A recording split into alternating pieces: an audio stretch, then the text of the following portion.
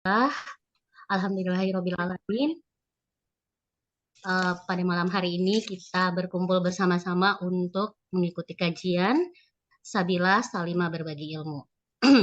Alhamdulillah pada malam hari ini Ustazah kita sudah berada bersama kita untuk sharing dalam kajian kita pada malam hari ini. Segala puji bagi Allah yang telah memberikan kita pada malam hari ini kenikmatan, kesehatan untuk berkumpul. Salawat dan salam kita kirimkan kepada Nabiullah Muhammad SAW yang telah menjadi teladan kita yang sampai hari ini kita selalu bersemangat untuk menuntut ilmu. Baik, yang saya hormati pula Ibu Linda Karlina sebagai Ketua Salimah Taiwan pada malam hari ini. Yang saya sangat-sangat hormati Ibu Ustazah Halimah Alaidrus sebagai pemateri pada malam hari ini. Yang saya hormati teman-teman organisasi Formit, Forum Mahasiswa Muslim Indonesia Taiwan. Yang saya hormati teman-teman IMIT, Ikatan Muslim Indonesia Taiwan, Taichung. Dan saya hormati teman-teman BCI Asia, cabang Taiwan, yang sampai saat ini telah memberi kita atau bersedia bersama kita menjadi media partner dalam berbagi informasi kajian kita pada malam hari ini. Dan yang saya banggakan teman-teman yang hadir pada malam hari ini, alhamdulillah sangat banyak ingin menuntut ilmu ya. Kita sama-sama pada malam hari ini, yang saya sangat banggakan teman-teman. Izinkan saya sebelumnya, saya Ayu Sari Wahyuni, saya mahasiswa PhD di NTUT, National Taipei University, Taiwan. Dan pada malam hari ini diberikan amanah untuk sebagai MC dan atau moderator dalam kegiatan kajian kita pada malam hari ini. Baik, pada malam hari ini izinkan saya untuk membuka kegiatan kita pada malam hari ini dengan bersama-sama membaca basmalah. Bismillahirrahmanirrahim. Semoga kegiatan kita penuh keberkahan sampai akhir. Baik, kegiatan ini adalah kajian Sabilah Salimah Berbagi Ilmu dengan tema Ikatan Cinta dan Keluarga. Baik, selanjutnya adalah sebelumnya mungkin izin menyampaikan bahwa pada kegiatan malam hari ini kita tidak diperkenankan untuk mengambil foto atau video selama kajian. Kemudian izin untuk mengingatkan bahwa untuk mengisi daftar hadir pada link, dan insya Allah panitia akan memberikan link di chatroom. Dan kami harapkan teman-teman juga bisa open kamera pada malam hari ini, supaya kita lebih mendapat keberkahan bersama dalam menuntut ilmu pada malam hari ini. Baik, kegiatan pertama adalah pembacaan ayat suci Al-Quran yang dibawakan oleh Ibu Hoda. Waktu dan tempat dipersilahkan Ibu Hoda.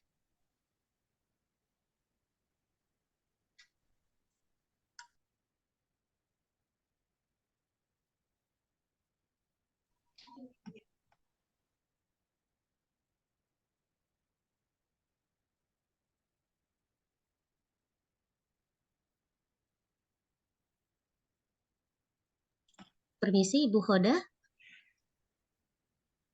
Oh ya Allah, afwan masih di mute. Oke, afwan. Assalamualaikum warahmatullahi wabarakatuh. Waalaikumsalam Atas kesempatannya. Salam kenal Bunda Ustazah Halimah dan untuk semuanya. Terima kasih atas kesempatannya. Saya mau membacakan surat Al-Ahqaf ayat 15 ya. Mangga yang tidak berhalangan bisa buka Qurannya. Mohon maaf, mungkin ada bacaannya yang belum pasti, boleh dikoreksi. Terima kasih. A'udzu billahi minasy syaithanir rajim. Bismillahirrahmanirrahim. Wa wasainal insana biwalidayhi ihsana. Hamalathu ummuhu kurhan wa wada'athu kurha wa hamluhu wa fisaluhu salasuna syahra hatta idza balagha ashuddahu wa balagha 40 sanah qala rabbi auzi'ni an ashkura ni'mataka allati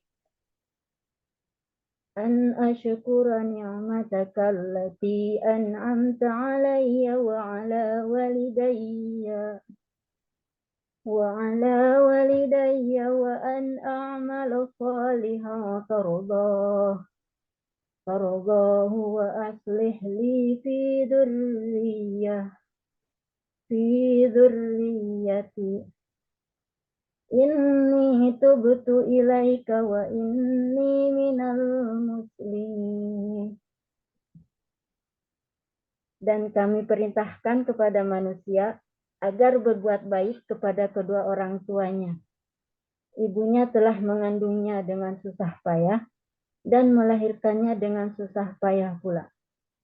Masa mengandung sampai menyapihnya selama 30 bulan. Sehingga apabila dia anak itu telah dewasa dan umurnya mencapai 40 tahun, dia berdoa, "Ya Tuhanku, berilah aku petunjuk agar aku dapat mensyukuri nikmat-Mu yang telah Engkau limpahkan kepadaku dan kepada kedua orang tuaku, dan agar aku dapat berbuat kebajikan yang Engkau ridhoi. Dan berilah aku kebaikan yang akan mengalir sampai kepada anak cucuku. Sungguh aku bertobat kepada Engkau dan sungguh aku termasuk orang muslim." Assalamualaikum warahmatullahi wabarakatuh. Waalaikumsalam warahmatullahi wabarakatuh. Jazakillah khairan kasir, Ibu Hoda. Alhamdulillah telah membacakan ayat suci Al-Quran kepada kita semua. Semoga Ibu Hoda dan kita semua yang mendengarkan mendapat pahala. Amin ya Allah. Baik, kegiatan selanjutnya adalah sambutan. Sebelum profil organisasi kita sama-sama simak sambutan dari Ibu Linda Karlina sebagai Ketua Salimah Taiwan. Izin silahkan Ibu. Baik, terima kasih Mbak Ayu. Suara saya sudah terdengar jelas ya? Sudah Ibu. Bismillahirrahmanirrahim. Assalamualaikum warahmatullahi wabarakatuh. Innal hamdalillah nahmaduhu wa nasta'inuhu wa nastaghfiruh. Wa na'udzu billahi min syururi anfusina wa min sayyiati a'malina may yahdihillahu fala mudhillalah wa may yudhlilhu fala hadiyalah. Asyhadu an la ilaha illallah wahdahu la syarikalah wa asyhadu anna Muhammadan abduhu wa rasuluhu la nabiyya ba'da. Rabbi shrah li sadri wa yassir li amri wa hlul 'uqdatam min lisani yafqahu qawli.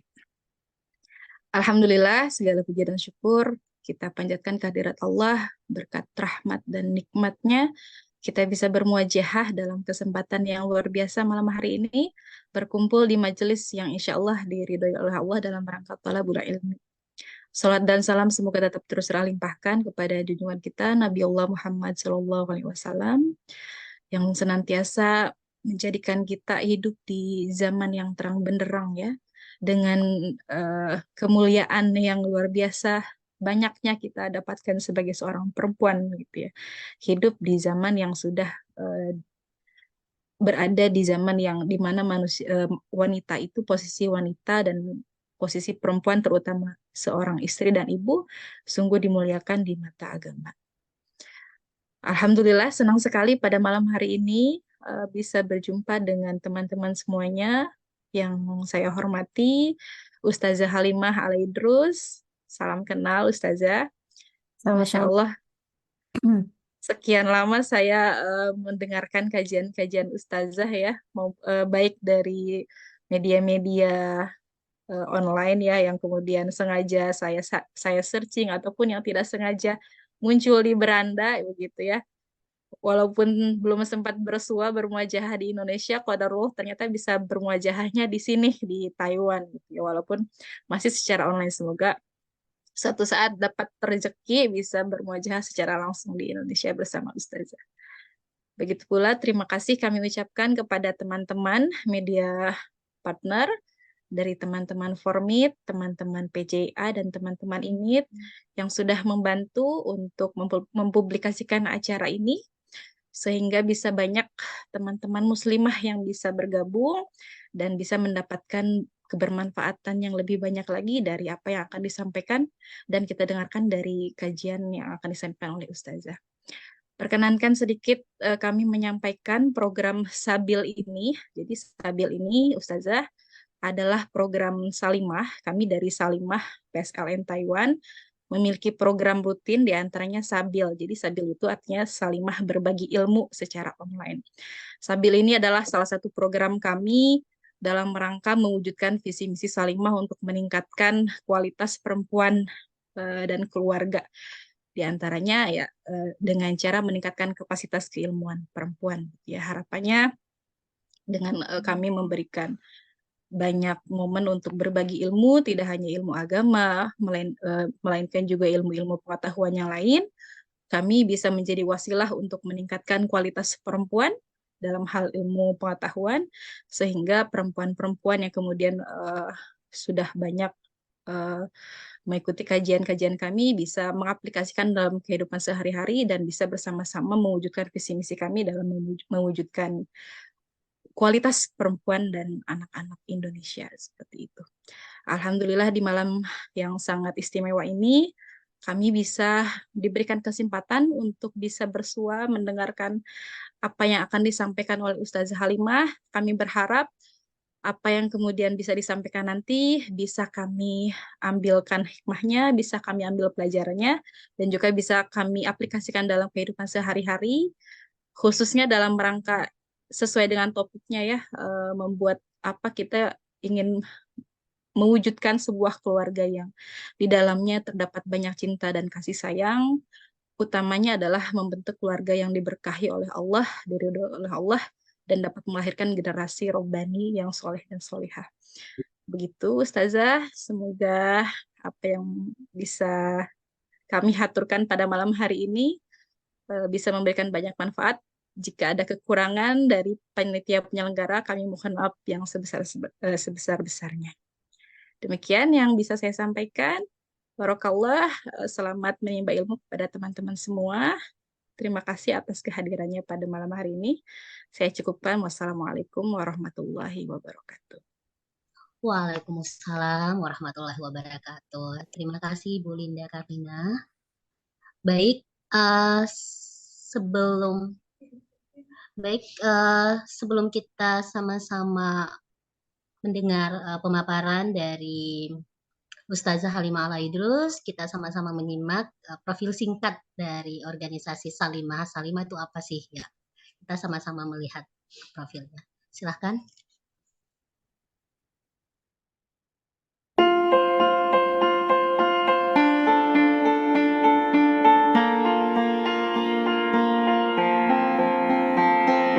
Taiwan adalah negara yang cukup populer di kalangan para pekerja migran dan pelajar Indonesia. Saat ini, ada sekitar 271.000 jiwa pekerja migran dan 13.000 pelajar asal Indonesia.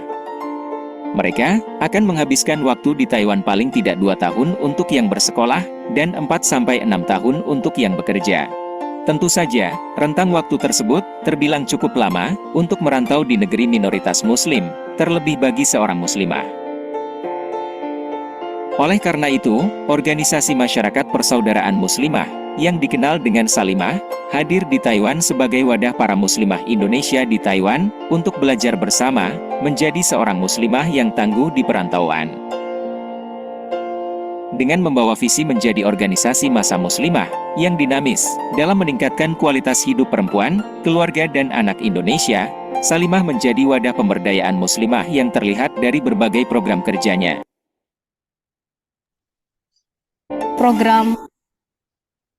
Baik, alhamdulillah itu tadi profil singkat dari Salimah. Selanjutnya kita akan masuk ke acara inti kita pada malam hari ini. Dan sebelumnya, mari kita sama-sama melihat profil singkat dari pemateri kita, Ibu Ustazah Halimah Al-Aidrus. Mari kita simak bersama-sama.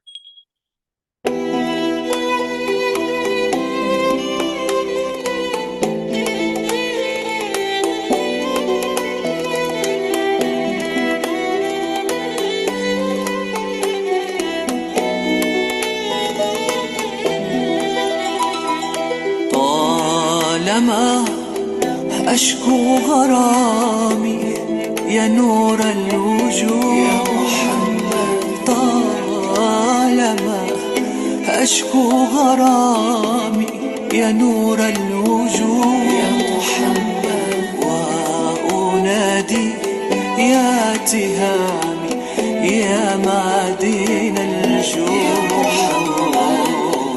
وأنادي يا تهامي يا معدن الجود،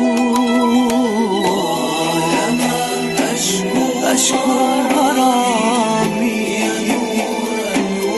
يا محمد، أشكو غرامي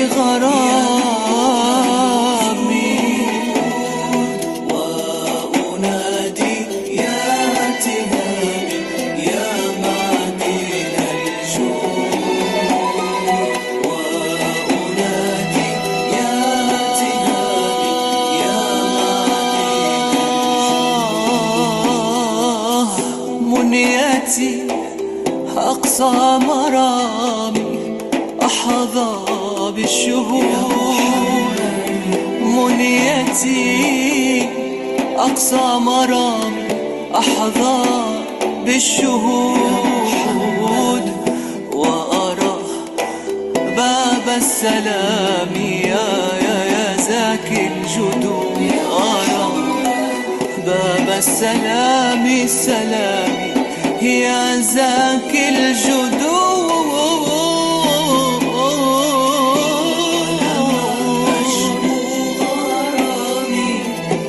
يا نور الوجود، طالما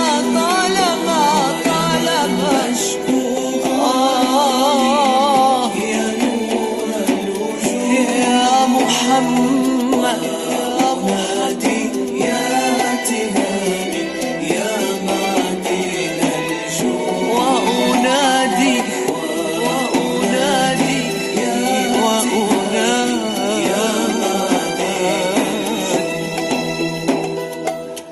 يا طراز الكون إني عاشق مستهام، مغرم والمدح فني يا بدر التمام، مغرم والمدح فني يا بدر التمام،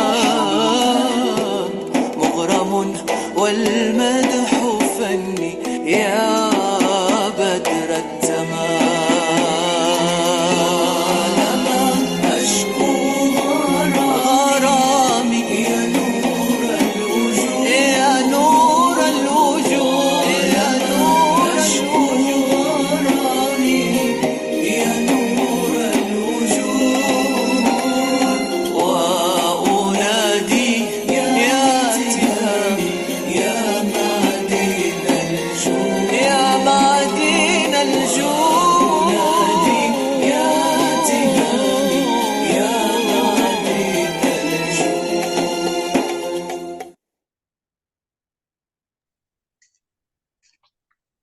Masya Allah, Alhamdulillah ya kita sama-sama sudah menyaksikan profil singkat dari Ustazah Halimah Al-Aidrus.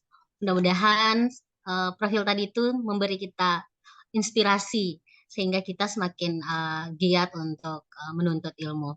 Baik, sebelum kita masuk ke acara inti, kita mempersilahkan Ustazah Halimah Al-Aidrus untuk memberikan sharing materi kepada kita semua.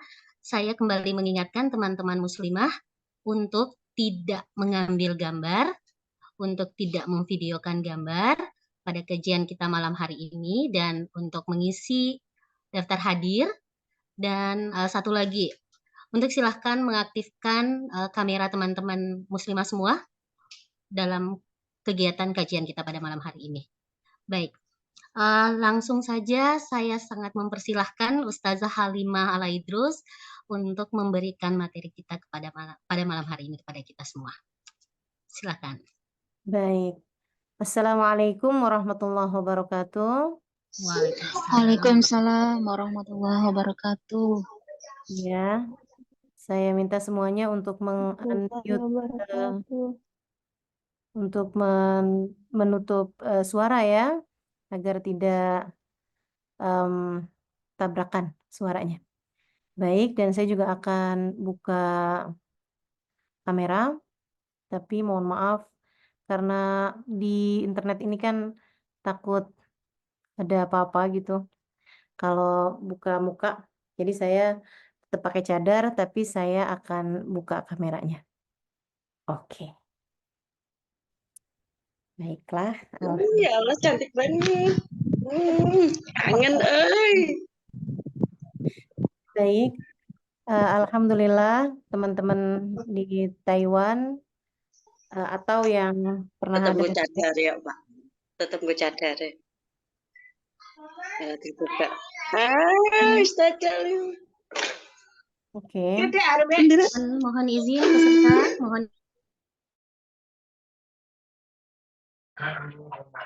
mohon izin untuk unmute-kan mikrofon teman-teman muslimah semua. Mohon izin.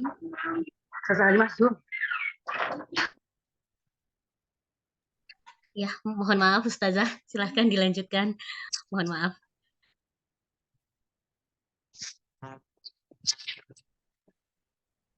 Baik. Baik, buat teman-teman yang menghadiri Zoom ini, saya harapkan untuk semuanya membuka kamera tapi dengan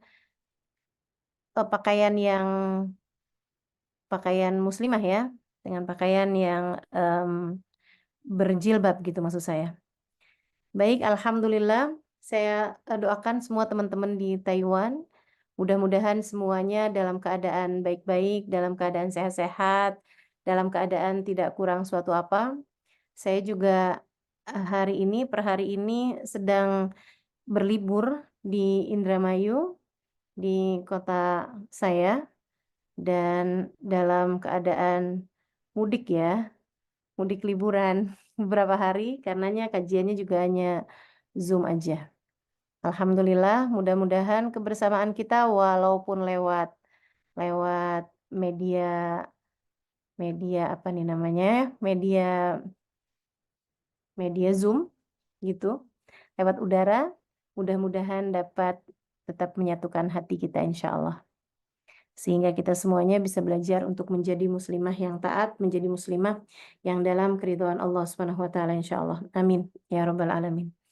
Baik, materi kita pada hari ini yaitu ikatan cinta dan keluarga, dan akan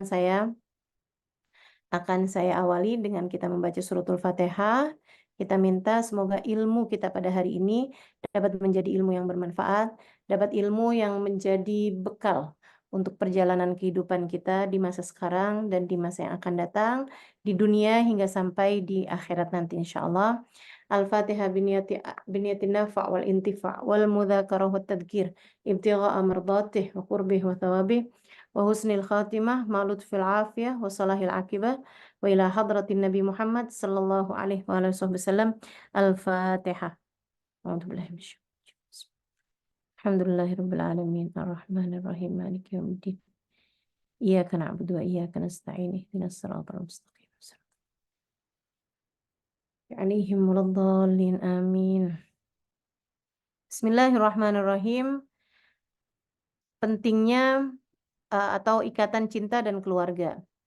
Keluarga itu memang yang paling penting ya. Selama kita ada di atas muka bumi ini, orang yang paling penting selama bersama dengan kita adalah keluarga kita gitu. Karena kita nggak bisa putus sama mereka gitu. Dalam artian orang tua ya, kita nggak bisa putus sama orang tua kita. Orang tua kita nggak pernah jadi mantan. Anak-anak kita juga seperti itu kan.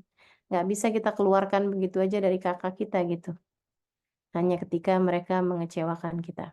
Ini keluarga kita nih. Saudara-saudari kita juga begitu gitu. Kita nggak ada ceritanya kayak yang, itu siapa sih ngeliatin kamu mulu? Oh itu dulu kakak saya. Sekarang udah jadi mantan. Kan nggak pernah bisa begitu gitu. Keluarga adalah ikatan yang sangat erat dan itu akan terus bersambung dari dunia hingga sampai di akhirat. Kita nggak bisa milih keluarga kita itu siapa aja. Kita nggak bisa milih. Lain sama suami, kita masih bisa milih gitu kan. Artinya ya walaupun pada akhirnya kita tidak akan menikah kecuali yang memang sudah menjadi takdir bagi kita untuk kita menikah dengannya, tapi tetap aja gitu kan. Kita masih bisa punya pilihan untuk menikah dengan laki-laki macam apa dan juga kita masih bisa punya pilihan untuk bisa putus hubungan. Tapi kan kayak orang tua, saudara, adik kakak kita gitu kan, anak-anak kita, itu keluarga kita, ini adalah bagian yang sangat penting bagi kita karena hubungannya akan terus panjang sampai di akhirat nanti. Allah Subhanahu wa taala sendiri juga dalam banyak ayat dan juga baginda kita Nabi besar Muhammad sallallahu alaihi wasallam dalam banyak hadis menyampaikan tentang pentingnya keluarga kita ini gitu. Seperti firman Allah Subhanahu wa taala, "Qu anfusakum wa ahlikum nara." Kata Allah, "Qu anfusakum wa ahlikum nara." Jagalah diri kalian dan keluarga kalian dari api neraka. Jagalah keluarga kalian dan diri kalian dari api neraka. Saudariku sekalian yang saya muliakan, jadi sangat penting hubungan keluarga sebab mereka adalah orang-orang yang akan terus bersama dengan kita bukan hanya di dunia, melainkan juga bahkan sampai ke negeri akhirat. Hadis Nabi kita Muhammad SAW bahkan sampai di akhir kehidupannya ya. Nabi Muhammad tuh di saat haji wada, beliau kan bilang as-salah, as-salah, wa ma malakatil yamin, as-salah, as-salah gitu. Salatlah kalian, jagalah salat kalian dan jagalah salat orang-orang yang kalian nanggung afkah buat mereka gitu. Artinya adalah keluarga kita. Jagalah salatmu dan jagalah salat keluargamu gitu. Dan itu dipesankan baginda kita Nabi besar Muhammad sallallahu alaihi wasallam bahkan sampai dengan di akhir kehidupan beliau. Karena memang beliau sangat tahu betapa sangat pentingnya keluarga kita ini gitu. Nah, teman-teman saya sekalian, untuk itu karena pentingnya keluarga ini pentingnya terjalin hubungannya dan tidak pernah terputus. Cuman masalahnya tidak terputusnya itu akan membawa kita kepada kebaikan, kebahagiaan, kesenangan, ataukah justru kehancuran gitu kan. Hubungan kita dengan keluarga kita itu akan membawa kita kemana gitu. Persaudaraan kita yang telah diikatkan oleh Allah Subhanahu wa taala dengan hubungan kekerabatan ini ya, entah lewat anak gitu kan, orang tua gitu atau kakak, adik kita gitu. Itu akan membawa kita kepada keridhaan Allah ataukah kepada kemurkaan Allah gitu. Itu yang ada pilihan kita untuk memilih di dunia ini nih kita mau jadikan keluarga kita jalan kita menuju Allah ataukah na'udzubillah min dzalik adalah jalan kita menuju murkanya Allah Subhanahu wa taala. Bahkan dikabarkan dalam sebuah hadis sesungguhnya rahim itu adalah kerabat kandung, saudara-saudara kandung gitu ya, kayak kakak-kakak kita, adik-adik kita. Itu aja ya ta'allaq tahtal arsy. Rahim itu hubungan kekerabatan, kakak adik kita, saudara kita itu hubungan tersebut bergantung di bawah arsy. Kemudian berdoa, Allahumma sil man wasalani wa qta' man qata'ani. Ya Allah, sambungkanlah hubungan dengan mereka yang menyambung hubungannya denganku dan putuskanlah hubungan dengan mereka yang memutuskan hubungan denganku.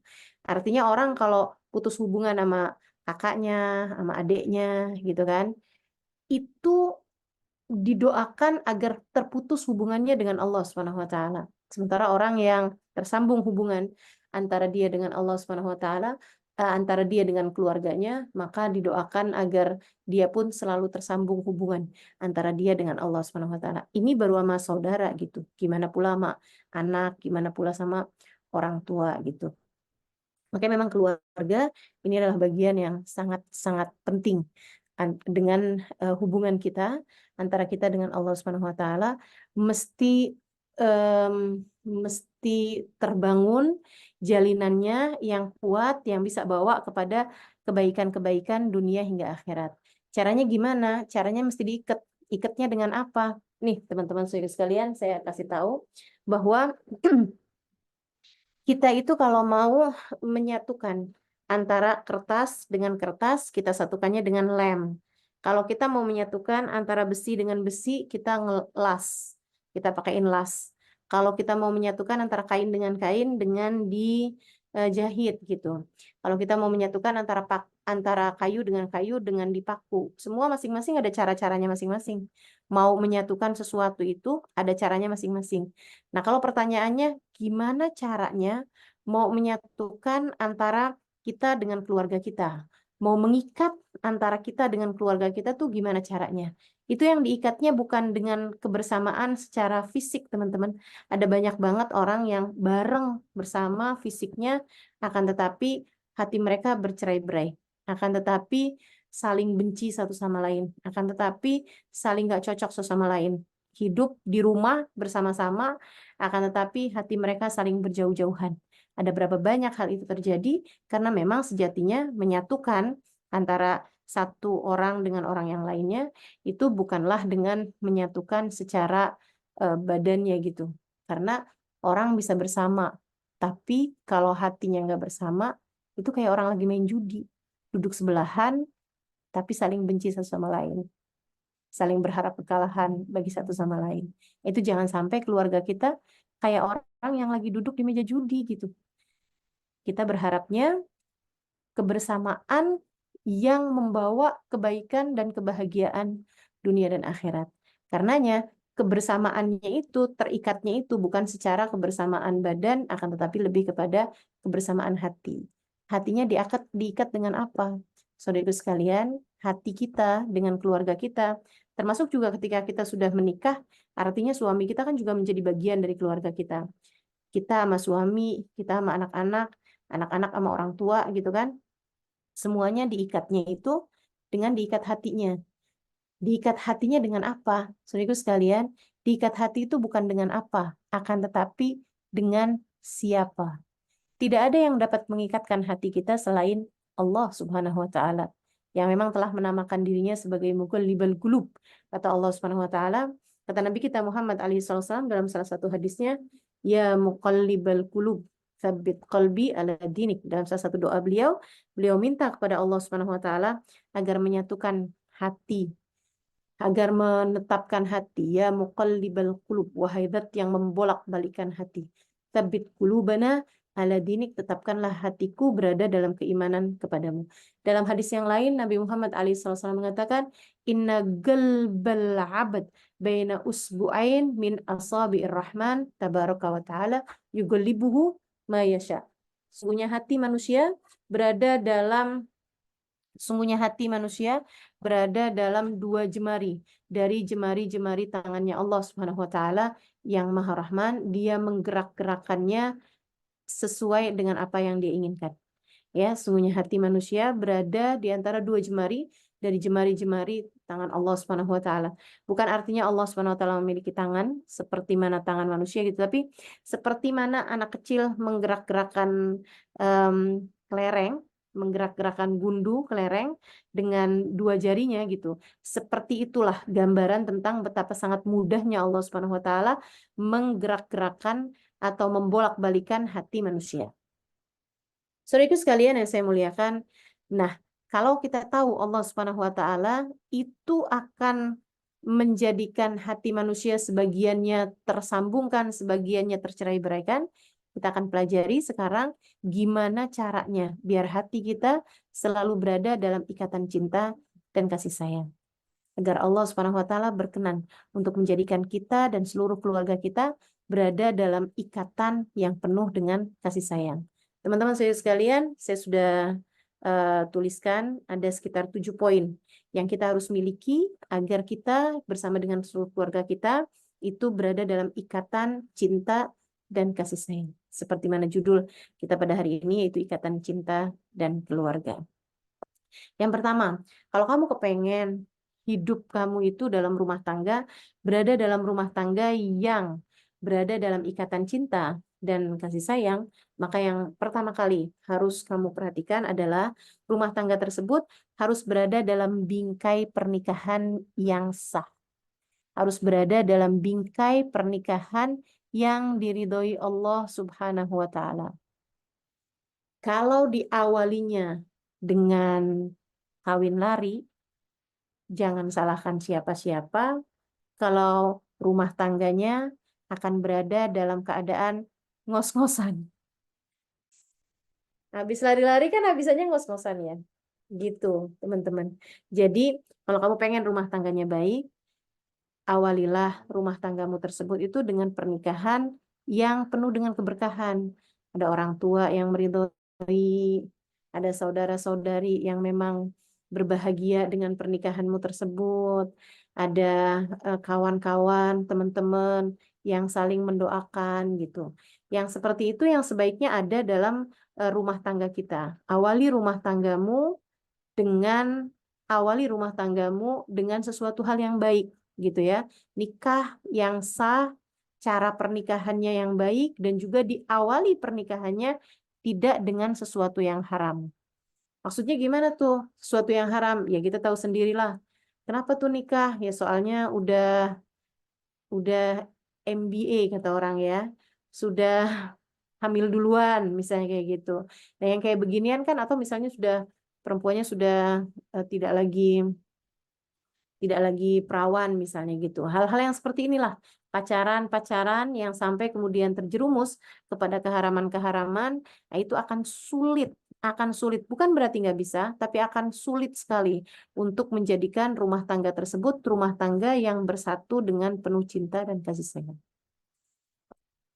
Kalau kamu ingin keluargamu bersatu dalam cinta dan kasih sayang, yang punya cinta dan kasih sayang itu Allah Subhanahu wa Ta'ala. Yang punya kasih sayang Allah Subhanahu wa Ta'ala. Itu bagian dari rahmat yang Allah Subhanahu wa Ta'ala turunkan, gitu kan?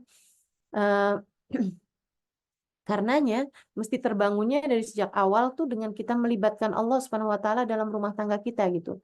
Saya sering sekali sampaikan kepada teman-teman adik-adik jomblo dimanapun saja berada, ini terutama teman-teman yang mungkin masih lagi kuliah gitu kan, belum berjumpa dengan pasangan hidupnya, Dek, jangan pacaran. Jangan pacaran. Kamu kalau pacaran itu enggak deketin kamu sama jodoh kok. Pacaran hanya akan membuatmu terbatas sama pilihan. Akhirnya kamu jadi jatuh cinta sama dia, dan kamu akhirnya menganggap bahwa duniamu tidak akan baik-baik saja tanpa dia. Kamu akan menganggap bahwa aku tak sanggup hidup tanpamu, gitu kan? Padahal nggak kayak gitu kok, gitu. Selama ini sebelum kenal sama dia juga, kamu bisa aja tuh hidup. Sampai dengan saat ini kan kamu masih hidup juga, gitu. Nah itu kalau udah diawali dengan pacaran, itu udah setan semua tuh yang masuk.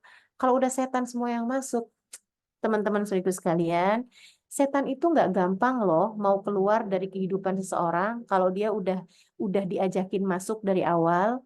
Kata Nabi Muhammad, ma khala rajul wa imra'ah illa wa syaiton thalituhuma. Tidaklah berdua-duaan laki-laki dengan perempuan, melainkan yang ketiganya adalah setan.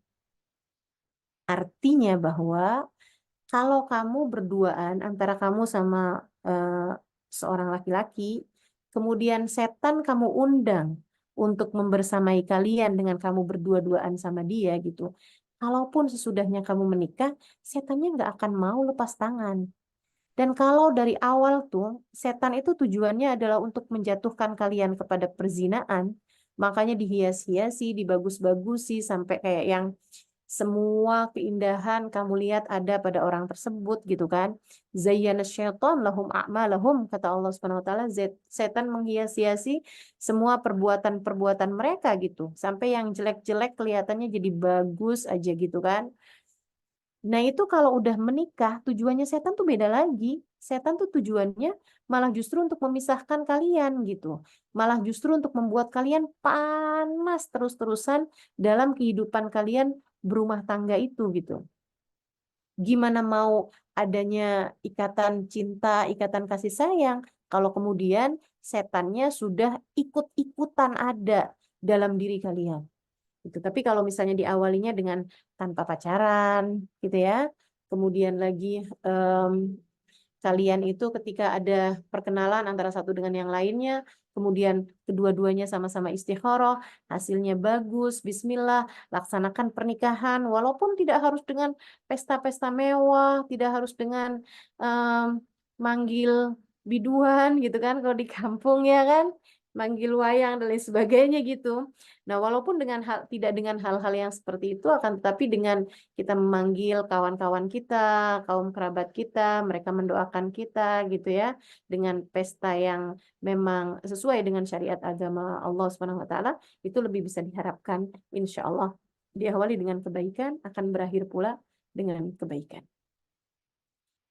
Diawali dengan kebaikan, insya Allah ke depan-depannya semuanya kita jalani dengan penuh kemudahan, dengan penuh rahmat Allah Subhanahu wa taala. Jadi, syarat utama untuk bisa terikatnya keluarga kita itu dengan ikatan cinta adalah haruslah terbangun dalam bingkai pernikahan yang baik. Begitu. Kemudian yang kedua, teman-teman saudara sekalian, kamu ingin keluarga kamu itu menjadi keluarga yang penuh dengan kebaikan, penuh dengan kebahagiaan, dan terikat dengan ikatan-ikatan cinta dan kasih sayang dalam hatinya, saling bersatu hatinya, maka syarat yang keduanya adalah pastikan bahwa makanan yang kalian makan, semua hal yang kalian konsumsi dalam kehidupan, termasuk pakaian yang kalian pakai dan seterusnya, itu adalah dari penghasilan yang halal. Sebab kalau udah haram, itu udah susah banget tuh. Kalau udah haram, man akalal halal ata'at jawarihu syam'aba. Siapa yang makanannya halal, itu bakalan ngerjainnya ketaatan. Dia mau atau nggak mau, kata Asyibli. Dan siapa yang makanannya haram, itu bakal ngerjain kemaksiatan. Dia mau atau nggak mau. Bahkan baginda kita Nabi besar Muhammad SAW mengatakan dalam salah satu hadisnya, man akalal haram, siapa yang makanannya adalah haram, man lam yubali. Man lam yubali. Siapa yang nggak peduli dari mana rezeki masuk kepadanya, Allah tidak akan peduli di lembah neraka jahanam yang mana menghancurkannya. Dalam salah satu hadis Nabi Muhammad menyampaikan ancaman yang seberat itu ya. Maksudnya kalau orang nggak peduli nih, dia makan mau dari halal kayak, mau dari haram kayak, yang penting punya duit gitu, yang penting bisa punya uang untuk bisa tinggal, apalagi di negeri orang gitu kan. Udah nggak peduli lagi nih ini makanan yang ini nih halal apa enggak nih gitu. Udah nggak peduli lagi yang seperti itu gitu. Baik itu dari komposisi makanannya yang memang haram gitu ya, kayak dari daging-daging yang memang tidak dihalalkan untuk dikonsumsi, ataupun makanannya halal tapi dibelinya dari penghasilan uang yang haram gitu. Nah, kedua-duanya nih adalah barang haram. Kata Nabi Muhammad, siapa yang tidak peduli dari arah mana rezeki masuk padanya, Allah pun tidak akan peduli kepadanya di lembah neraka yang mana Allah akan menghancurkan dia. Na'udzubillah min dzalik. Jadi teman-teman sekalian yang saya muliakan, itu yang harus kita upayakan ya. Jangan sampai kita memberi makan badan kita ataupun memberi makan keluarga kita dari sesuatu yang haram. Kalau udah haram, jatuhnya akan ke haram semua teman-teman. Itu kalau udah haram nih yang kita makan gitu ya, itu akan berat mengerjakan ketaatan dan akan gampang banget kita mengerjakan kemaksiatan dan dosa-dosa. Pokoknya liatin aja deh. Kalau misalnya gitu yang udah berumah tangga nih, kenapa ya kok suami tuh kayaknya kasar banget gitu kan, anak-anak dikasih ngomong, diajakin bicara tuh susah banget, kayak hati susah banget mau nyatunya gitu, kemudian kayak ada saling benci antara satu sama lain gitu, apalagi kalau nauzubillah ya, udah keharamannya yang haram banget kayak nauzubillah misalnya kayak korupsi atau apa gitu, saya perhatikan tuh sampai yang laki-laki punya pasangan lain yang nggak halal, yang perempuan punya pasangan lain yang nggak halal gitu. Dan mereka bisa sama-sama tidur bersama di waktu malam dengan hati yang kesana-sana gitu. Bersama sama pasangannya, tapi udah nggak ada lagi rasa, selebihnya rasanya mereka, cintanya mereka, udah bukan kepada pasangannya gitu. Kenapa bisa kayak begitu? Salah satu sebabnya adalah karena konsumsi haram. yang masuk dalam tubuh mereka gitu. Pastikan halal, insya Allah semuanya akan jadi jauh lebih mudah untuk bisa mengerjakan ketaatan-ketaatan yang mendekatkan kita kepada Allah Subhanahu wa taala. Coba perhatikan, kalau kamu ngerasa saya kok berat banget ya mau bangun malam, saya kok berat banget ya mau sholat sunnah, saya kok berat banget ya mau baca Al-Quran, saya kok berat banget ya mau dengerin kajian gitu. Mau dengerin kajian, akhirnya dengerinnya lain-lain lagi gitu kan. Yang asalnya mau ngerjain taat, akhirnya jadi nggak bisa juga gitu ngerjain taat. Yang asal udah yang saya mau ngomong baik-baik nih sama suami, saya mau ngomong baik-baik sama suami. Pas ngomong jadi nggak baik lagi gitu. Saya mau sayangin anak nih, tapi kok setiap kali ngadepin anak kayak bawaan panas aja, kesel aja gitu. Bisa jadi sebabnya adalah karena makanan yang tidak halal masuk ke dalam perutmu atau kamu konsumsi dalam kehidupanmu gitu. Cobalah untuk memperbaiki makananmu, maka kamu pun juga akan mudah untuk memperbaiki kehidupanmu. Begitu teman-teman saudaraku sekalian. Jadi yang syarat yang kedua, kalau kepengen rumah tangga terjalin dengan ikatan cinta, gitu ya, maka syaratnya adalah konsumsi makanan yang halal. Bukan hanya konsumsi, tapi juga semua yang ada di sekeliling kita, maksudnya harta kita, pakaian kita, kendaraan kita, rumah tinggal kita, pastikan semuanya dari barang-barang yang halal, insya Allah. Kalau halal semuanya bakalan berkah. Kalau halal tuh biar kata sedikit bakalan cukup teman-teman. Dan sering saya sampaikan kepada teman-teman di kajian manapun ya, di Indonesia ataupun tempat-tempat yang lain, bahwa sesedikit apapun yang kita punya akan cukup untuk membiayai hidup kita. Akan tetapi sebanyak apapun yang kita punya nggak akan cukup untuk membiayai gaya hidup kita. Jadi kalau kepengen hidup dalam keadaan tenang, jangan kebanyakan gaya. Itu poinnya. Jadi pastikan semuanya adalah halal. Kemudian yang ketiganya, kalau kita ingin membangun sebuah rumah tangga, keluarga gitu kan, yang penuh dengan kasih sayang, yang diikat dengan ikatan cinta, saling ada cinta di antara kita gitu, antara kita sama keluarga kita, antara ibu dengan anaknya, antara suami dengan istrinya, antara istri dengan suaminya gitu, antara kita sama saudara-saudara kita. Teman-teman saudaraku sekalian yang saya muliakan, pastikan juga yang ketiga, kita belajari ilmunya. Maksudnya jangan sampai kita nggak cari tahu gitu caranya gitu kan. Harus kita pelajari tuh caranya. Harus kita pelajari caranya. Ada caranya loh dalam kita berumah tangga itu dengan keluarga kita gitu kan. Kita menjalin hubungan sama anak-anak kita mesti pelajarin gitu. Jangan cuman yang main enak aja gitu kan, main gitu aja karena ada ilmunya loh itu teman-teman. Ada ilmunya. Kayak misalnya gitu ya. Anak perempuan usia 2 hingga 6 tahun memiliki kecenderungan kepada untuk dekat ya, memiliki kecenderungan untuk dekat dengan bapaknya. Sementara anak laki-laki usia 2 hingga 6 tahun memiliki kecenderungan untuk dekat dengan ibunya. Nah, ini kan sesuatu hal yang harus dipelajari gitu. Kalau kita nggak belajar, kita nggak tahu gitu kan. Nah, itu adalah masa-masa yang penting untuk dia mendapatkan cintanya. Makanya selalu dibilang kan bahwa ayah adalah cinta pertama bagi anak gadisnya gitu. Sebagaimana ibu adalah cinta pertama bagi anak laki-lakinya gitu.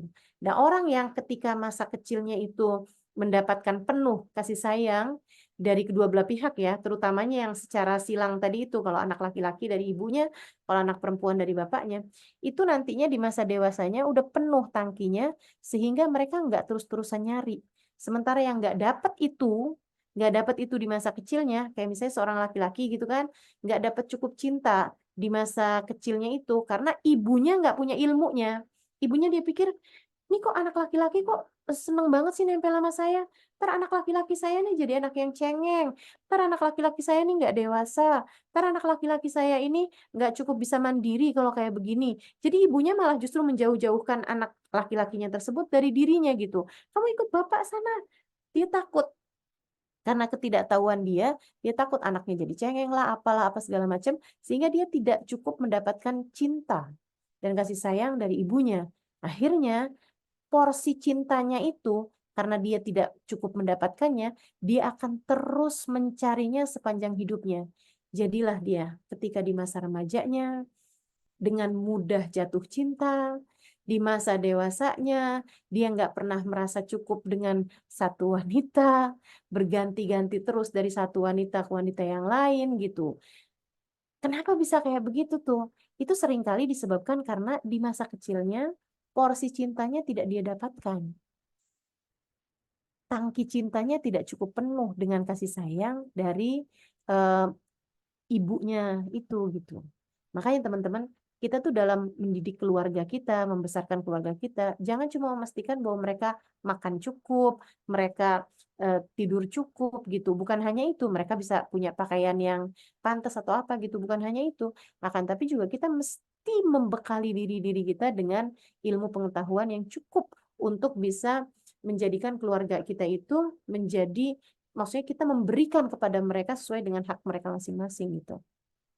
Demikian pula dengan kita memperlakukan suami kita memperlakukan orang tua kita, semuanya harus ada ilmunya gitu kan. Kalau nggak ada ilmunya, kita jadi nggak ngerti gitu. Kalau nggak ngerti, akhirnya kan jadi salah-salah kita mengerjakan sesuatunya gitu.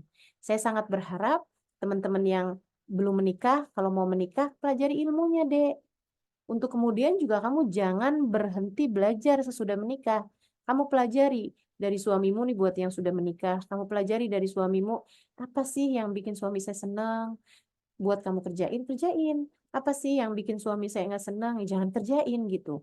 Karena secinta apapun suamimu, sesayang apapun anak-anakmu kepadamu, kalau kamu selalu menjadi seseorang yang tidak sesuai dengan apa yang mereka inginkan, mereka akan kecewa. Dan kalau lama-lama mereka kecewa, mereka akhirnya sudah kehilangan cinta tersebut gitu dari dalam hatinya. Karenanya jangan pernah berhenti belajar. Terus pelajarin. Itu kalau udah ngerti ilmunya, cara ngadepin anak kamu yang ini gimana, cara ngadepin anak ini gimana. Karena setiap anak tuh bisa beda-beda. Kayak misalnya kamu pelajarin bahasa cintanya anak gitu kan. Ada kan tuh yang sekarang-sekarang itu ada love language yang kita harus pelajarin gitu dari diri setiap anak gitu. Termasuk pada pasangan, suami gitu kan. Kamu jangan langsung eh, berpikir bahwa suami saya nih nggak cinta nih sama saya karena dia jarang sekali menyentuh saya misalnya gitu. Dia jarang sekali menyentuh saya dan dia nggak suka kalau saya sentuh gitu. Bukan karena nggak cinta, teman-teman. Mungkin emang bahasa cintanya berbeda, gitu. Dia bahasa cintanya bukan dengan itu. Misalnya bahasa cintanya dengan setiap kali ada kamu punya urusan apapun, dia akan menjadi orang yang selalu akan berusaha untuk menyelesaikan masalahmu. Misalnya begitu kan ya. Dia akan yang em, nggak sungkan untuk kayak ngambilin kamu barang, nggak sungkan untuk membantu pekerjaan rumah dan lain sebagainya. Itu adalah bahasa cinta dia gitu. Tapi dia nggak suka Ustazah buat saya sentuh. Ya itu bukan memang bukan bahasa cintanya dia gitu. Jadi kan semuanya bisa enak kalau kamu ngerti ilmunya gitu. Pelajari ilmunya. Biar gampang nih jalannya rumah tangga, jalannya keluarga yang kamu bina dan juga hubungan antara kita sama keluarga kita tuh biar sama-sama enak dengan cara kita mempelajari mereka gitu. Ada seorang anak, dia lagi satu hari libur, dia bersihin kamarnya, dia eh, bersihin mobil bapaknya, habis itu kemudian dia bantuin ibunya masak, dia nyapu, dia ngepel, dia nyapu gitu kan, terus bantuin ibunya masak, habis itu ditulis sama dia di sebuah kertas, dia bilang cuci baju, bersihin bersihin kamar. Dia hargain tuh sama dia 20.000. Habis itu nyapu 10.000.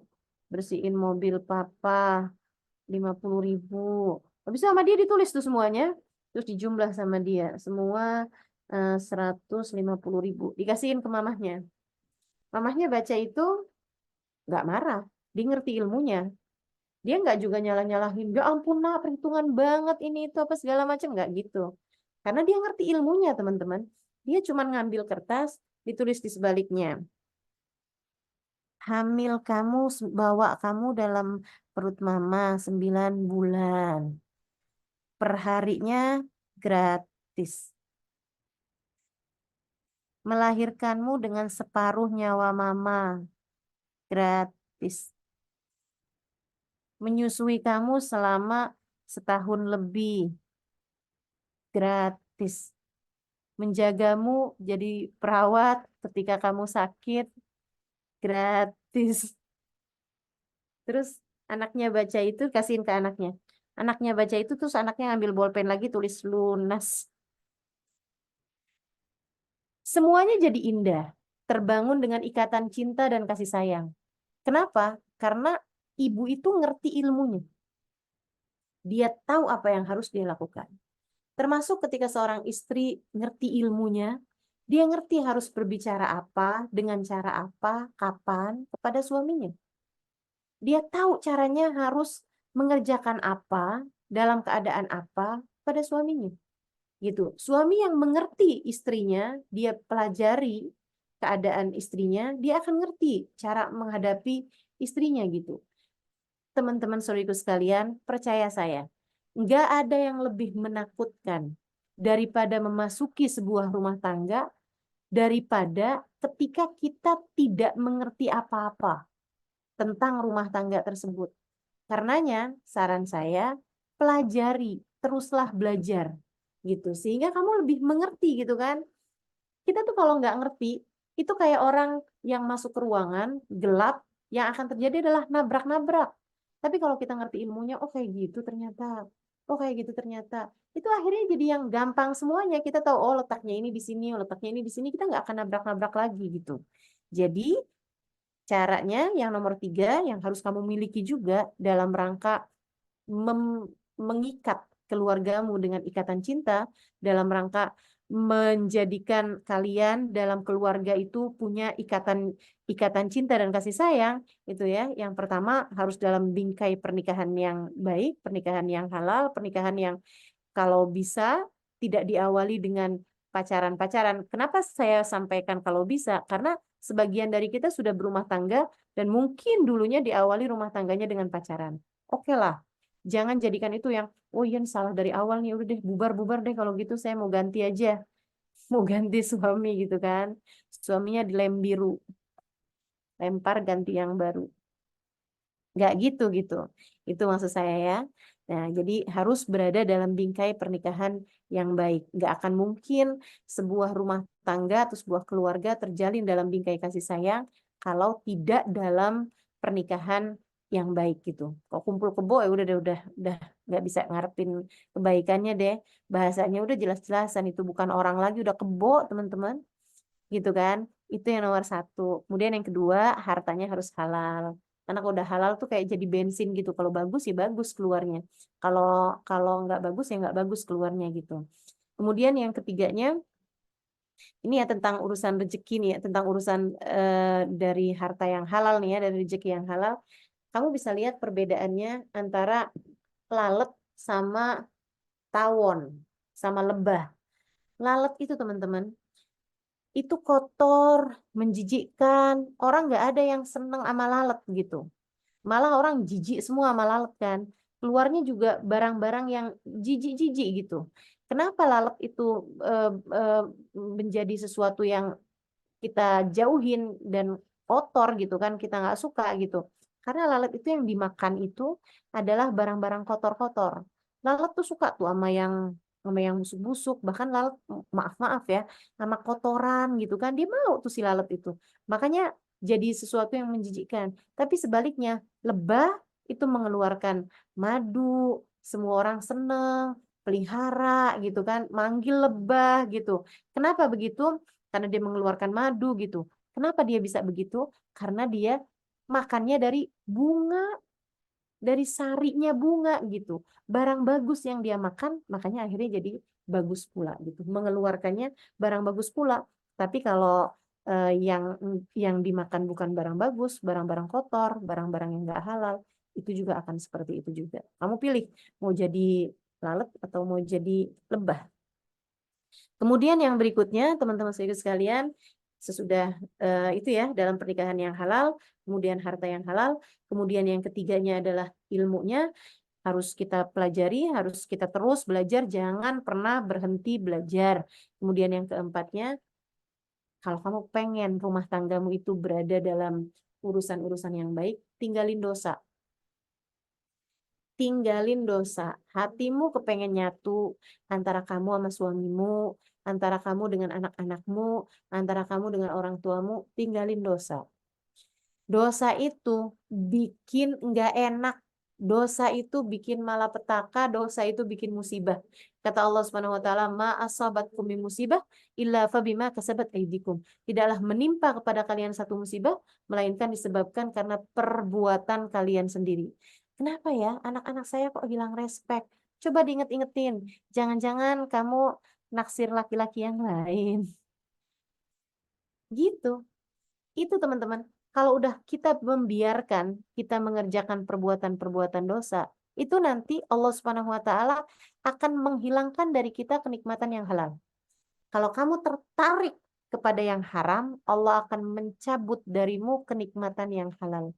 Kenikmatan yang halal tuh kenikmatan untuk bercengkrama bersama dengan keluarga, kenikmatan untuk saling sayang dengan pasangan, dengan suami gitu kan, suami dengan istri gitu, kenikmatan untuk kita menyayangi orang-orang tua kita, itu bisa dihalangkan oleh Allah Subhanahu wa taala kalau kitanya itu tertarik sama yang haram-haram yaitu dosa. Ketika ada seorang pemuda, dia berkata kepada gurunya, "Syekh, kenapa ya? Saya sekarang kok udah nggak cinta lagi sama istri saya gitu. Saya dulu tuh ngelihat dia tuh kayak perempuan paling cantik, paling menarik gitu. Sekarang saya udah nggak nafsu lagi sama dia gitu. Saya udah nggak tertarik lagi sama istri saya gitu. Saya bahkan udah nggak kepengen lagi untuk ketemu sama dia, apalagi nggak kepengen lagi untuk berhubungan intim sama dia gitu. Kenapa ya, Syekh? Apa sebabnya?" Syekhnya itu nanya gitu, "Apakah sekarang istri kamu udah nggak cantik?" "Cantik sih, nggak berubah mukanya," gitu. "Apakah istri kamu sekarang em, badannya udah misalnya gitu ya, dia nggak jaga badan gitu?" "Enggak, istri saya tetap tetap aja gitu, dia jaga badan, dia tetap cantik juga gitu, bahkan lebih lebih cantik daripada yang sebelum saya nikahi dia gitu." "Apakah karena istri kamu itu sekarang suka ngomong kasar mungkin gitu kan, suka nggak menghargai kamu gitu?" "Enggak juga, Syekh. Istri saya eee, dari dulu sampai sekarang tetap aja kok, sama aja perlakuannya nggak ada yang berubah," gitu. Terus syekhnya itu nanya, "Apakah kamu senang untuk melihat perempuan-perempuan di luaran sana yang tidak halal bagimu?" Dia bilang, "Eee, iya, Syekh. Apakah kamu suka nonton tayangan-tayangan yang nggak halal gitu?" "Mmm, iya sih, Syekh." Dia bilang, "Apakah kamu suka membayangkan perempuan-perempuan yang tidak halal bagimu itu?" Dia bilang, "Iya, Syekh." Itulah nak, ketika kamu tertarik kepada yang haram, Allah menghilangkan darimu kenikmatan dengan yang halal. Ketika Allah melihatmu tertarik dengan yang haram, Allah Subhanahu wa taala menarik darimu, mencabut darimu kenikmatan dengan yang halal gitu. Makanya teman-teman jaga hati biar semuanya juga terjalin dengan baik semuanya gitu ya. Tinggalin dosa-dosa. Tinggalin dosa-dosa biar semuanya, biar Allah Subhanahu wa taala terus-terusan menurunkan rahmat dan kasih sayangnya kepada kita. Dengan kasih sayang dan dengan rahmat itulah kita dapat saling menyayangi antara satu sama lain. Begitu. Kemudian yang kelimanya, jagalah akhlak, jagalah perilaku kita dengan orang-orang di keluarga kita. Se Secantik apapun kamu, se sepinter apapun kamu, walaupun hartanya udah halal, walaupun kamu juga ninggalin dosa gitu ya. Tapi kalau kamu itu perilakunya nggak bagus, kalau kamu akhlaknya nggak bagus, orang tuh susah loh mau sayang sama orang yang kalau ngomong nyinyir mulu.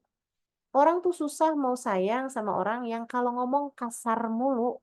Orang susah mau ngomong sama, maksudnya mau sayang sama orang jika perilaku orang tersebut itu memang tidak layak buat disayangi gitu. Kamu kalau diajakin ngomong sama suami sengak mulu, ya susah mau sayang ya suami. Kamu kalau kerjaannya nuntut mulu sama suami, ngomel mulu sama suami, sama anak-anak marah-marah mulu gitu kan, tidak menunjukkan kasih sayang kepada mereka, ya susah mereka mau sayang sama kita gitu. Jadi kalau ingin ikatan keluarga kita terikat dengan ikatan cinta, maka yang bagus akhlaknya. Jaga lisannya, jaga perilakumu kepada mereka gitu. Tunjukkan akhlak yang baik antara kita dengan mereka, maka insya Allah. Mudah-mudahan Allah Subhanahu wa taala jadikan keluarga kita terbangun dengan ikatan cinta. Termasuk juga kalau misalnya nih kita perilaku kita kepada orang tua kita, itu juga akan membuat anak-anak kita melihat kita dan mencontoh kita gitu. Kalau kita terus misalnya gitu sama orang tua kita kasar gitu. Jangan salahkan siapa-siapa kalau anak juga akan kasar kepada kita gitu. Jadi saya lagi teman-teman saudariku sekalian yang saya muliakan, kalau kepengen bangunan rumah tanggamu terbangun dengan penuh kasih sayang, dengan terikat dengan ikatan cinta, maka jagalah perilaku dan akhlakmu itu. Yang keenamnya, selalulah berkasih sayang. Tunjukkan kasih sayangmu gitu. Jangankan kita sama keluarga kita. Ada tuh sahabat Nabi Muhammad ketika melihat seorang laki-laki, maksudnya seorang sahabat yang lain gitu, dia bilang gitu, Rasul, saya senang banget sama orang itu. Saya senang banget yang lihat orang itu gitu. Saya sayang sama dia gitu. Terus Nabi Muhammad bilang, kalau gitu sampaikanlah padanya gitu. Bangunlah, sampaikanlah padanya.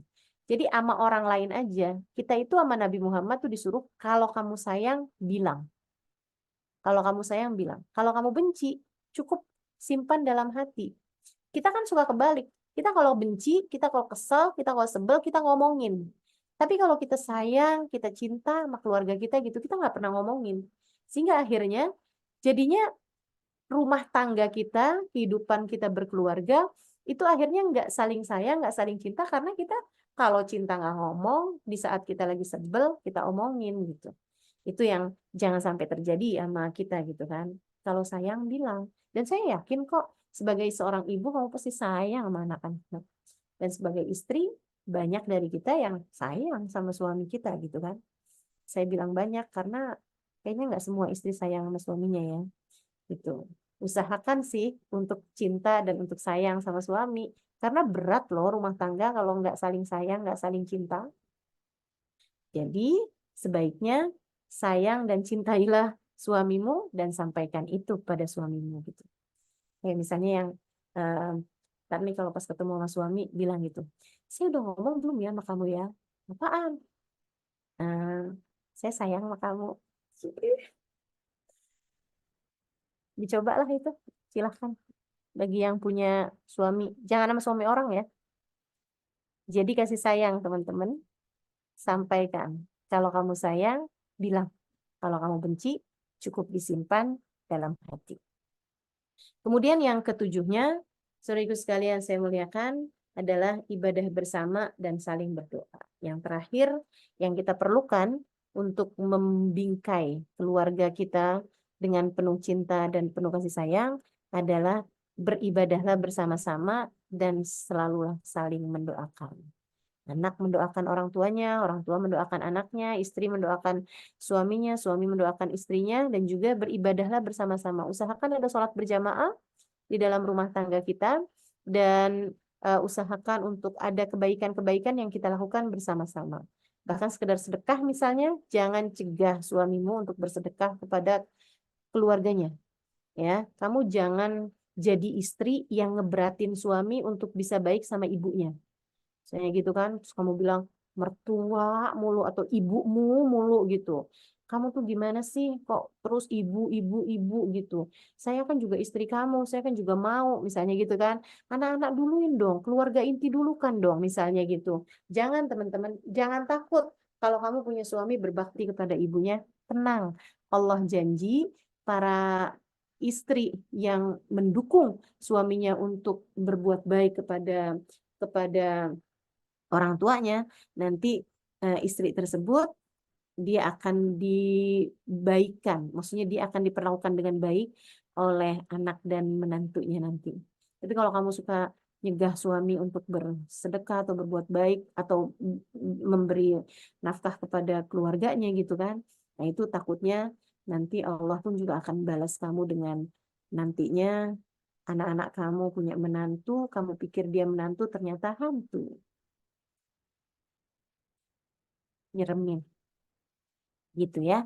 Jadi selalulah berbuat kebaikan bersama-sama, saling dukung-mendukung dalam kebaikan, saling berdoa, saling mendoakan satu sama lain dari keluarga kita. Itu insya Allah. Kalau itu semuanya dikerjakan, mudah-mudahan rumah tangga kita terbangun dalam keadaan rumah tangga yang penuh dengan ikatan cinta dan kasih sayang. Mudah-mudahan dapat diamalkan ala hadihin niyah wa bikulli niyatin salihah jami'ah syamilah ila hadratin Nabi Muhammad sallallahu alaihi wa alihi wasallam. Al-Fatihah.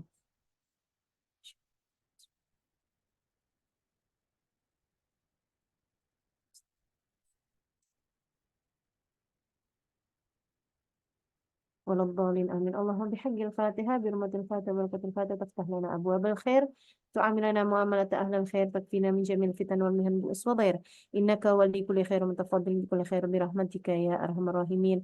اللهم إنا نسألك زيادة في الدين، بركة في الأمور، وصحة في الجسد، وسعة في الرزق، وتوبة قبل الموت، وشهادة عند الموت، ومغفرة بعد الموت، وعفوا عند الحساب، وأمنا من العذاب، ونصيبا من الجنة، وارزقنا النظر إلى وجهك الكريم. وصلى الله على سيدنا محمد وعلى آله وصحبه وسلم بفضل سبحان ربك رب العزة عما يصفون وسلام على المرسلين والحمد لله رب العالمين. Taqabbal Allah minna wa minkum taqabbal ya karim. Mudah-mudahan bermanfaat. Kurang lebihnya mohon maaf. Assalamualaikum warahmatullahi wabarakatuh. Waalaikumsalam warahmatullahi wabarakatuh. Alhamdulillah, jazakillah khairan kasir Ustazah. Masya Allah ilmunya malam ini sangat-sangat mengena ya buat kita semua. Izin Ustazah, apakah boleh kita buka sesi tanya jawab untuk satu atau dua penanya? Iya, karena udah tadi masuk acaranya agak lebih lambat ya. Iya. Baik, mungkin ada Jazakillah. satu dua pertanyaan aja. Silakan. Oke, tafadhal teman-teman muslimah yang ingin bertanya, silakan boleh raise hand, pakai fitur raise hand, atau silakan dicatat di chat room. Monggo. Ini di Taiwan jam berapa nih sekarang? Di Taiwan sekarang kita jam 21.20, Ustazah. Oh iya, hanya beda 1 jam ya? Iya, beda 1 jam. Oke. Mudah-mudahan, alhamdulillah udah ada yang raise hand. Silakan untuk panitia, silakan langsung mengarahkan ke teman kita yang lagi bertanya.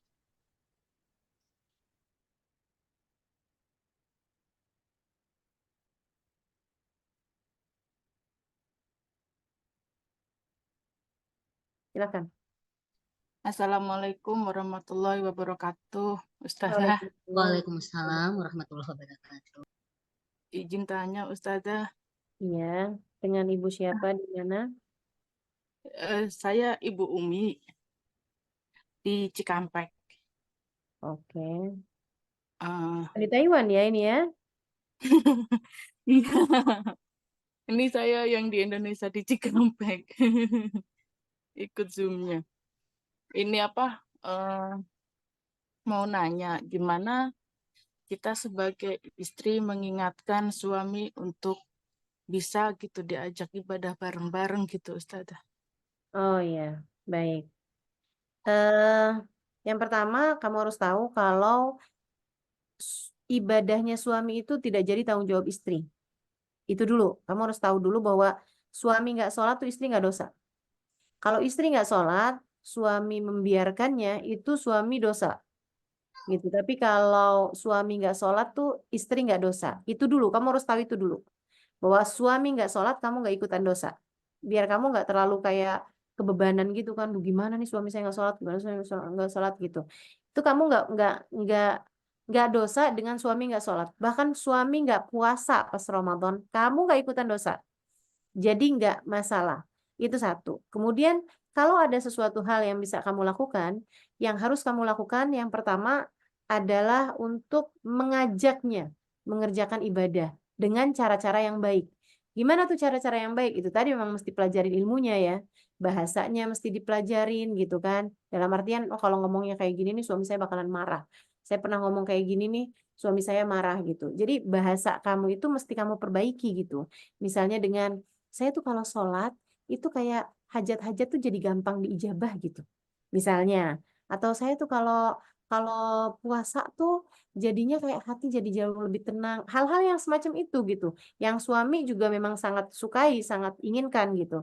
Misalnya kayak rezeki-rezeki itu emang jadi jauh lebih lebih ini ya, lebih diijabah ya kalau kita doanya pas waktu kita lagi sholat misalnya kayak gitu. Doa dalam hati aja di saat kita lagi sujud itu memang enak banget tuh buat hati, jadi hati lebih lepas. Hal-hal yang semacam itu gitu, mengajak suami untuk mengerjakan sholat dengan bahasa-bahasa yang em, lebih mengena tanpa menggurui gitu.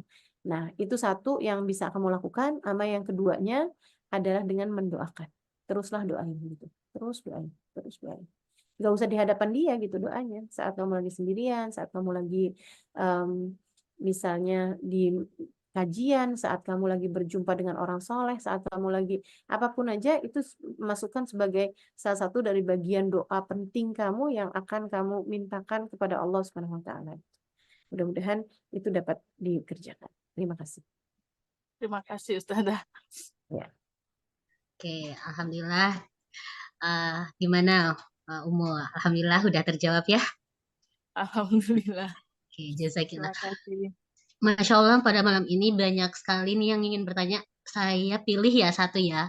Mungkin Ibu atau Mbak Pevi Ramadhani, monggo silakan. Silakan. Oke. Bismillahirrahmanirrahim. Assalamualaikum warahmatullahi wabarakatuh.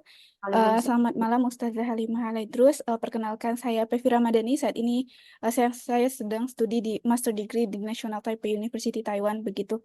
Dan alhamdulillahnya saya mengucapkan terima kasih banyak ke Ustazah karena atas kerendahan hati Ustazah juga Ustazah bersedia untuk bergabung bersama kami di sini.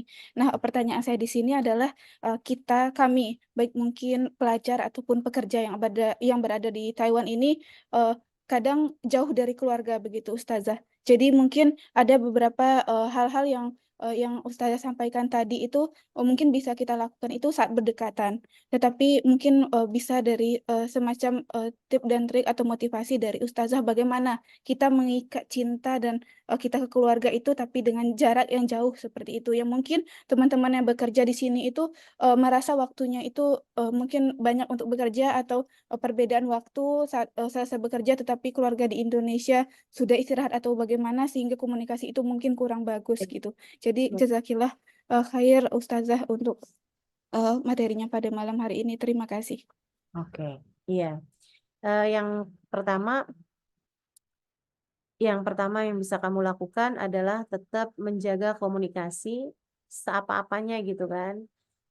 Apalagi dengan kemajuan teknologi seperti sekarang ya. Video Zoom bisa, kemudian telepon video call juga bisa gitu. Itu jangan kita sia-siakan begitu aja gitu. Karena kan teknologi ini kan memang bisa sih menjauhkan yang dekat gitu ya. Orang lagi bareng-barengan aja mas sama teman, mereka makan bersama aja bisa sibuk sama gadget masing-masing sehingga akhirnya jadi menjauhkan yang dekat gitu. Tapi dia juga bisa mendekatkan yang jauh gitu. Kita sama keluarga kita itu bisa akan tetap dekat dengan kita dengan cara tetap terjalin silaturahim antara kita sama mereka dengan ya sekurangnya kita WhatsApp gitu, apa kabarnya mah, apa kabarnya apalagi kalau misalnya udah punya suaminya di Indonesia gitu kan.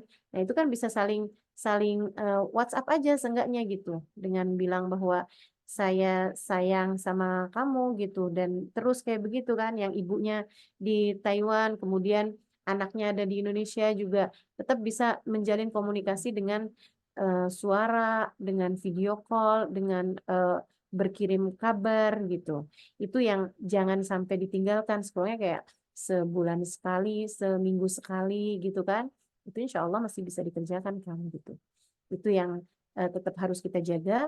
Kemudian yang kedua, urusannya itu kalau misalnya kayak nanyain kabar atau apa itu lebih kepada urusan-urusan hati gitu. Kalau lagi komunikasi tuh jangan yang diomongin urusan duit melulu gitu kan.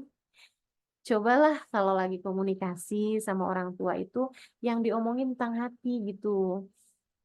Gimana, seneng gak dek waktu di sekolah? Gimana, kamu jauh dari mama, maafin mama ya. Mama tuh pengen banget sebenarnya kalau kayak gini nih mama pengen banget kamu ada deket mama bakalan pelukin kamu. Kayak gitu loh. Hal-hal yang sifatnya sesuatu yang emosional, sesuatu yang sifatnya hati. Karena kata-kata itu mudah terlupa, tapi emosinya enggak. Betapa sering banget kita itu melupakan orang gitu kan, melupakan kata-katanya, melupakan hal-hal yang seperti itu gitu. Tapi sesuatu yang emosional, sesuatu yang sifatnya hati, itu akan tetap lama di hati gitu. Akan menyentuh ke hati. Sesuatu yang datangnya dari hati, insya Allah nyampainya juga hati gitu. Hal-hal yang seperti itu. Kalau ngobrol kalau pas lagi ada waktu kesempatan buat teleponan atau lagi WhatsAppan atau apa, itu tanyakanlah sesuatu hal yang sifatnya itu sifat hati gitu. Jangan yang gimana Pak sudah menentukan calon presiden yang mau dipilih, enggak asik banget gitu kan. Bagaimana hatimu gitu. Tanyakan perkara-perkara yang urusannya lebih kepada masalah hati gitu. Betapa kangen kamu sama dia, betapa kamu kepengen ketemu sama dia, betapa kalau kamu lagi ngelihat atau lagi makan makanan yang enak kamu ingat sama dia. Hal-hal yang seperti itu loh teman-teman. Yuk dijagain insya Allah. Itu yang kedua. Kemudian yang ketiganya ini ya yang bisa saya sampaikan adalah rengkuh keluargamu kalau tidak bisa dengan dekapan, sekurangnya dengan doa. Peluk keluargamu kalau tidak bisa dengan tanganmu, setidaknya dengan doamu. Gitu. Tanganmu kamu nggak bisa pakai buat melukin mereka, sekurangnya pakai buat tengadahkan tangan untuk mendoakan mereka. Itu salah satu hal yang juga menguatkan dan bisa terjalin ikatan cinta, ikatan keluarga kita tuh bisa terjalin dengan ikatan cinta dan dengan kasih sayang. Salah satunya adalah dengan doa gitu. Sebab kalau kita doa itu kan kita minta sama Allah gitu. Allahnya mengijabah, Allahnya akan menjadikan kalian menjadi keluarga yang tetap terikat dengan Allah Subhanahu wa taala. Begitu, insya Allah mudah-mudahan bisa diamalkan. Pejuang-pejuang jauh, tetaplah bersemangat. Pejuang jarak ya ini namanya ya. Pejuang jarak Ustazah ya. Istilahnya. Baik, terima kasih Ustazah. Alhamdulillah tadi sudah 2 penanya. Walaupun saya lihat masih ada yang raise hand, tapi mohon maaf ya teman-teman muslimah. Betul, udah malam. Iya, kita doakan bersama, mudah-mudahan Ustazah kita nanti punya kesempatan kunjungi kita semua di Taiwan. Amin. Iya. Mudah-mudahan nanti ada kesempatan lagi kita bersama-sama Ustazah kita, karena kayaknya malam hari ini memang kita masih mau menuntut ilmu, masih mau mendengar ilmu dari Ustazah. Saya ucapkan jazakillah khairan kasiran Ustazah. Saya juga akan menutup pada malam hari ini dengan mengutip dari Ustazah. Kita awali dengan kebaikan, mari kita juga akhiri dengan kebaikan. Kita awali dengan basmalah, mari kita akhiri dengan hamdalah. Alhamdulillahirabbil alamin. Assalamualaikum warahmatullahi wabarakatuh. Jazakillah khairan semua teman-teman.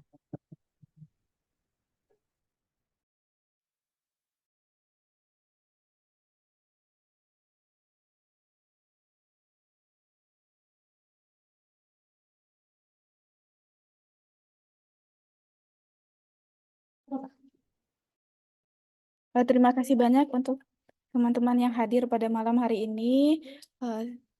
Sesi kajian pada malam hari ini sudah berakhir.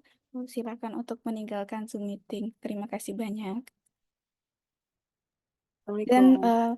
Dan mari tunggu informasi kajian dari Salimah untuk kesempatan lainnya. Insya Allah nanti akan kita adakan kajian yang insya Allah bermanfaat untuk kita semua. Jazakillah khairan teman-teman muslimah yang berada di Taiwan. Saya izin end meeting untuk semua ya. Ya.